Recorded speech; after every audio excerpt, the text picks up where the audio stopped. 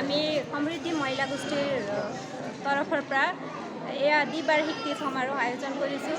বিগত বছৰো আমি এইদৰে এই সমাৰোহভাগ আয়োজন কৰিছিলোঁ, কিন্তু আমাৰ অনুষ্ঠানভাগ প্ৰথমবাৰৰ বাবে হোৱাৰ বাবে আৰু আমাৰ অনুষ্ঠানভাগ ইমান বেছি উন্নত ধৰণেৰে আৰু শৃংখলাবদ্ধভাৱে আমি কৰিব পৰা নাছিলোঁ। কিন্তু প্ৰথমবাৰ আমি শিকিলোঁ বস্তুখিনি কেনেকৈ কৰিব লাগে, আৰু এই দ্বিবাৰ্ষিক অধিৱেশনটো আমি প্ৰয়াস কৰিছোঁ আৰু উন্নত কৰিবলৈ।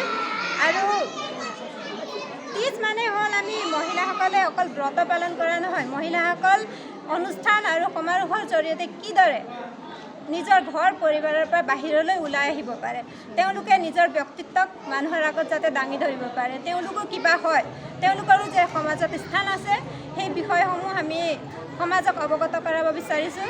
আৰু আমাৰ সমাজত বহুতো শিক্ষিত মহিলা আছে, তেওঁলোক এতিয়াও চাৰি বেৰৰ মাজতে আবদ্ধ হৈ আছে। গতিকে আমি এই সমাৰোহৰ জৰিয়তে তেওঁলোকক আগুৱাই আনিবলৈ বিচাৰিছোঁ। আৰু আমি কিমান দূৰ এই প্ৰয়াসত সফল হৈছোঁ আমাক দৰ্শক মণ্ডলীয়ে জানিব সেই বিষয়ে। ধন্যবাদ। হয়, আজি যি নাগশংকৰ যি লক্ষণগড়ত যি ৰংগমঞ্চত আজি তীজ সমাৰোহ উদযাপন কৰিছে, আপুনি মুখ্য অতিথি হিচাপে অংশগ্ৰহণ কৰিছে, কি ক'ব? নমস্কাৰ।